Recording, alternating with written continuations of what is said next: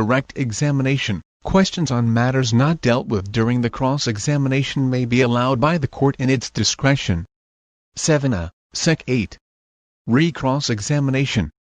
Upon the conclusion of the redirect examination, the adverse party may re-cross-examine the witness on matters stated in his or her redirect examination, and also on such other matters as may be allowed by the court in its discretion. 8a. Sec. 9. Recalling witness.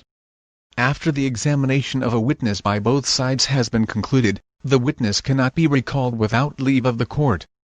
The court will grant or withhold leave in its discretion, as the interests of justice may require. 9. Sec. 10. Leading and misleading questions. A question which suggests to the witness the answer which the examining party desires a leading question. It is not allowed, except a. on cross-examination, b. on preliminary matters, c. when there is difficulty in getting direct and intelligible answers from a witness who is ignorant, a child of tender years, is of feeble mind, or a deaf-mute, d. of an unwilling or hostile witness, or of a witness who is an adverse party or an officer, director, or managing agent of a public or private corporation, or of a partnership or association which is an adverse party. A misleading question is one which assumes as true a fact not yet testified to by the witness, or contrary to that which he or she has previously stated. It is not allowed. 10a. Sec. 11. Impeachment of adverse party's witness.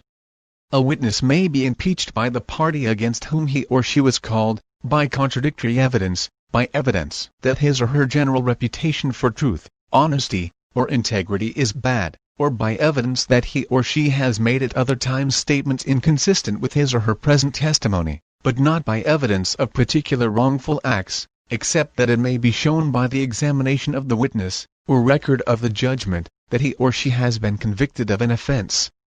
L. Law Sec. 12. Impeachment by evidence of conviction of crime. For the purpose of impeaching a witness, evidence that he or she has been convicted by final judgment of a crime shall be admitted if a. the crime was punishable by a penalty in excess of 1 year, or b. the crime involved moral turpitude, regardless of the penalty. However, evidence of a conviction is not admissible if the conviction has been the subject of an amnesty or annulment of the conviction. N. Sec. 13. Party may not impeach his or her own witness, except with respect to witnesses referred to in paragraphs D and E of Section 10 of this rule. The party presenting the witness is not allowed to impeach his or her credibility. A witness may be considered as unwilling or hostile only if so declared by the court upon adequate showing of his or her adverse interest, unjustified reluctance to testify, or his or her having misled the party into calling him or her to the witness stand. The unwilling or hostile witness so declared, or the witness who is an adverse party, may be impeached by the party presenting him or her in all respects as if he or she had been called by the adverse party, except by evidence of his or her bad character. He or she may also be impeached and cross-examined by the adverse party, but such cross-examination must only be on the subject matter of his or her examination in chief. 12a. Sec. 14. How witness impeached by evidence of inconsistent statements.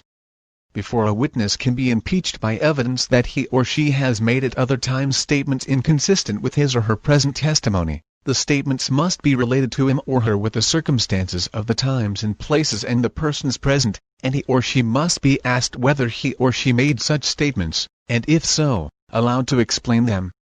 If the statements be in writing, they must be shown to the witness before any question is put to him or her concerning them. 13a. Sec. 14. Evidence of the good character of a witness. Incorporated in Section 54, Rule 130, Sec. 15. Exclusion and separation of witnesses. The court, motu proprio or upon motion, shall order witnesses excluded so that they cannot hear the testimony of other witnesses. This rule does not authorize exclusion of a party who is a natural person, b. a duly designated representative of a juridical entity which is a party to the case, c. a person whose presence is essential to the presentation of the party's cause, or d. a person authorized by a statute to be present. The court may also cause witnesses to be kept separate and to be prevented from conversing with one another, directly or through intermediaries, until all shall have been examined. 15a, Sec. 16. One witness may refer to memorandum. A witness may be allowed to refresh his or her memory respecting a fact by anything written or recorded by himself or herself or under his or her direction, at the time when the fact occurred, or immediately thereafter, or at any other time when the fact was fresh in his or her memory and he or she knew that the same was correctly written or recorded. But in such case, the writing or record must be produced and may be inspected by the adverse party, who may, if he or she chooses, cross-examine the witness upon it and may read it in evidence. A witness may also testify from such a writing or record, though he or she retains no recollection of the particular facts, if he or she is able to swear that the writing or record correctly stated the transaction when made. But such evidence must be received with caution. 16a, Sec. 17. When part of transaction, writing or record given in evidence, the remainder admissible. When part of an act, declaration, conversation, writing or record is given in evidence by one party, the whole of the same subject may be inquired into by the other, and when a detached act, declaration, conversation, writing or record is given in evidence, any other act, declaration, conversation, writing or record necessary to its understanding may also be given in evidence. 17, Sec. 18. Right to inspect writing shown to witness. Whenever a writing is shown to a witness, it may be inspected by the adverse party. 18. B. Authentication and proof of documents. Sec. 19. Classes of documents. For the purpose of their presentation in evidence, documents are either public or private. Public documents are, a. the written official acts, or records of the sovereign authority, official bodies and tribunals, and public officers, whether of the Philippines or of a foreign country. b. Documents acknowledged before a notary public except last wills and testaments. c. Documents that are considered public documents under treaties and conventions which are in force between the Philippines and the country of source. And d. Public records, kept in the Philippines, of private documents required by law to be entered therein. All other writings are private. 19a, Sec. 20. Proof of private documents. Before any private document offered as authentic is received in evidence, its due execution and authenticity must be proved by any of the following means: a. by anyone who saw the document executed or written.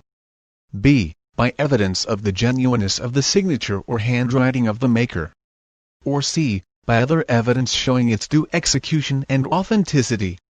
Any other private document need only be identified as that which it is claimed to be. 20. Sec. 21. When evidence of authenticity of private document not necessary. Where a private document is more than 30 years old, is produced from a custody in which it would naturally be found if genuine, and is unblemished by any alterations or circumstances of suspicion, no other evidence of its authenticity need be given. 21. Sec. 22. How genuineness of handwriting proved. The handwriting of a person may be proved by any witness who believes it to be the handwriting of such person because he or she has seen the person write, or has seen writing purporting to be his or hers upon which the witness has acted or been charged, and has thus acquired knowledge of the handwriting of such person.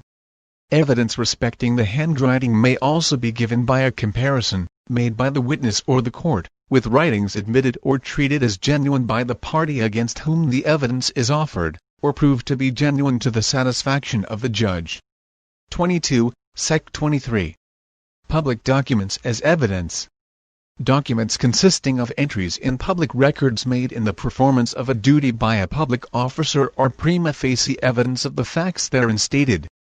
All other public documents are evidence, even against a third person, of the fact which gave rise to their execution and of the date of the latter.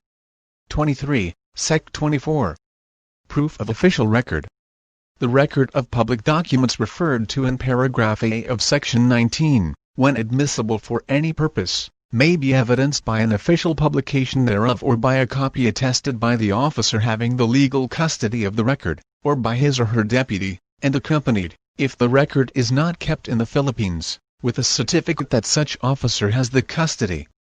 if the office in which the record is kept is in a foreign country, which is a contracting party to a treaty or convention to which the Philippines is also a party or considered a public document under such treaty or convention pursuant to paragraph C of section 19 hereof, the certificate or its equivalent shall be in the form prescribed by such treaty or convention subject to reciprocity granted to public documents originating from the Philippines.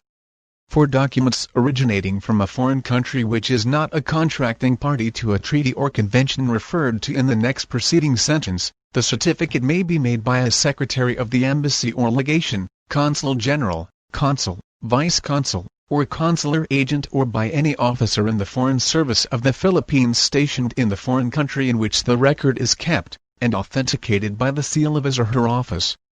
A document that is accompanied by a certificate or its equivalent may be presented in evidence without further proof. The certificate or its equivalent being prima facie evidence of the due execution and genuineness of the document involved.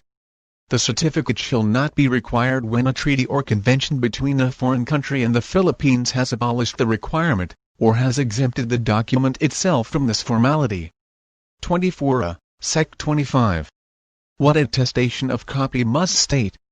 Whenever a copy of a document or record is attested for the purpose of evidence, the attestation must state, in substance, that the copy is a correct copy of the original, or a specific part thereof, as the case may be. The attestation must be under the official seal of the attesting officer, if there be any, or if he or she be the clerk of a court having a seal, under the seal of such court. 25 Sect 26. Irremovability of public record. Any public record, an official copy of which is admissible in evidence, must not be removed from the office in which it is kept, except upon order of a court where the inspection of the record is essential to the just determination of a pending case. 26 Sect 27. Public record of a private document. An authorized public record of a private document may be proved by the original record, or by a copy thereof, attested by the legal custodian of the record, with an appropriate certificate that such officer has the custody. 27. Sect 28. Proof of lack of record. Written statement signed by an officer having the custody of an official record or by his or her deputy that, after diligent search, no record or entry of a specified tenor is found to exist in the records of his or her office, accompanied by a certificate as above provided, is admissible as evidence that the records of his or her office contain no such record or entry. 28. Sect 29. How judicial record impeached. Any judicial record may be impeached by evidence of a want of jurisdiction in the court or judicial officer, b. collusion between the parties, or c. fraud in the party offering the record, in respect to the proceedings. 29. Sect 30. Proof of notarial documents. Every instrument duly acknowledged or proved and certified as provided by law, may be presented in evidence without further proof, the certificate of acknowledgment being prima facie evidence of the execution of the instrument or document involved. 30. Sect 31. Alteration in document. How to explain. The party producing a document as genuine which has been altered and appears to have been altered after its execution, in a part material to the question in dispute, must account for the alteration. He or she may show that the alteration was made by another, without his or her concurrence, or was made with the consent of the parties affected by it, or was otherwise properly or innocently made, or that the alteration did not change the meaning or language of the instrument. If he or she fails to do that, the document shall not be admissible in evidence. 31. Sect 32. Seal. There shall be no difference between sealed and unsealed private documents insofar as their admissibility as evidence is concerned. 32. Sect 33. Documentary evidence in an unofficial language. Documents written in an unofficial language shall not be admitted as evidence, unless accompanied with a translation into English or Filipino. To avoid interruption of proceedings, parties or their attorneys are directed to have such translation prepared before trial. 33. See offer and objection. Sect 34. Offer of evidence. The court shall consider no evidence which has not been formally offered. The purpose for which the evidence is offered must be specified. 34. Sect 35. When to make offer. All evidence must be offered orally. The offer of the testimony of a witness in evidence must be made at the time the witness is called to testify. The offer of documentary and object evidence shall be made after the presentation of a party's testimonial evidence. 35a, Sec. 36. Objection. Objection to offer of evidence must be made orally immediately after the offer is made. Objection to the testimony of a witness for lack of a formal offer must be made as soon as the witness begins to testify. Objection to a question propounded in the course of the oral examination of a witness must be made as soon as the grounds therefor become reasonably apparent. The grounds for the objections must be specified. 36a, Sec. 37. When repetition of objection unnecessary. When it becomes reasonably apparent in the course of the examination of a witness that the questions being propounded are of the same class as those to which objection has been made, whether such objection was sustained or overruled, it shall not be necessary to repeat the objection, it being sufficient for the adverse party to record his or her continuing objection to such class of questions. 37a, Sec. 38. Ruling. The ruling of the court must be given immediately after the objection is made, unless the court desires to take a reasonable time to inform itself on the question presented. But the ruling shall always be made during the trial and at such time as will give the party against whom it is made an opportunity to meet the situation presented by the ruling. The reason for sustaining or overruling an objection need not be stated. However, if the objection is based on two or more grounds, a ruling sustaining the objection on one or some of them must specify the ground or grounds relied upon. 38, Sec. 39. Striking out of answer. Should a witness answer the question before the adverse party had the opportunity to voice fully its objection to the same, or where a question is not objectionable, but the answer is not responsive, or where a witness testifies without a question being posed or testifies beyond limits set by the court, or when the witness does a narration instead of answering the question, and such objection is found to be meritorious, the court shall sustain the objection and order such answer, testimony or narration to be stricken off the record. On proper motion, the court may also order the striking out of answers which are incompetent, irrelevant, or otherwise improper. 39a, Sec. 40. Tender of excluded evidence. If documents or things offered in evidence are excluded by the court, the offer may have the same attached to or made part of the record. If the evidence excluded is oral, the offer may state for the record the name and other personal circumstances of the witness and the substance of the proposed testimony. 40. Rule 133 Weight and Sufficiency of Evidence Section 1. Preponderance of evidence, how determined? In civil cases, the party having the burden of proof must establish his or her case by a preponderance of evidence. In determining where the preponderance or superior weight of evidence on the issues involved lies, the court may consider all the facts and circumstances of the case, the witness's manner of testifying, their intelligence, their means and opportunity of knowing the facts to which they are testifying, the nature of the facts to which they testify, the probability or improbability of their testimony, their interest or want of interest, and also their personal credibility so far as the same may legitimately appear upon the trial. The court may also consider the number of witnesses, though the preponderance is not necessarily with a greater number. 1a, Sec. 2. Proof beyond reasonable doubt. In a criminal case, the accused is entitled to an acquittal, unless his or her guilt is shown beyond reasonable doubt. Proof beyond reasonable doubt does not mean such a degree of proof as, excluding possibility of error, produces absolute certainty. Moral certainty only is required, or that degree of proof which produces conviction in an unprejudiced mind. 2a, Sec. 3. Extrajudicial confession, not sufficient ground for conviction. An extrajudicial confession made by an accused shall not be sufficient ground for conviction, unless corroborated by evidence of corpus delicti. 3, Sec. 4. Circumstantial evidence, when sufficient. Circumstantial evidence is sufficient for conviction if a. There is more than one circumstance. b. The facts from which the inferences are derived are proven. And c. The combination of all the circumstances is such as to produce a conviction beyond reasonable doubt. Inferences cannot be based on other inferences. 4. Sect 5. Weight to be given opinion of expert witness, how determined. In any case where the opinion of an expert witness is received in evidence, the court has a wide latitude of discretion in determining the weight to be given to such opinion, and for that purpose may consider the following: a. Whether the opinion is based upon sufficient facts or data, b. Whether it is the product of reliable principles and methods, c. Whether the witness has applied the principles and methods reliably to the facts of the case, and d. Such other factors as the court may deem helpful to make such determination. N. Sect 6. Substantial evidence.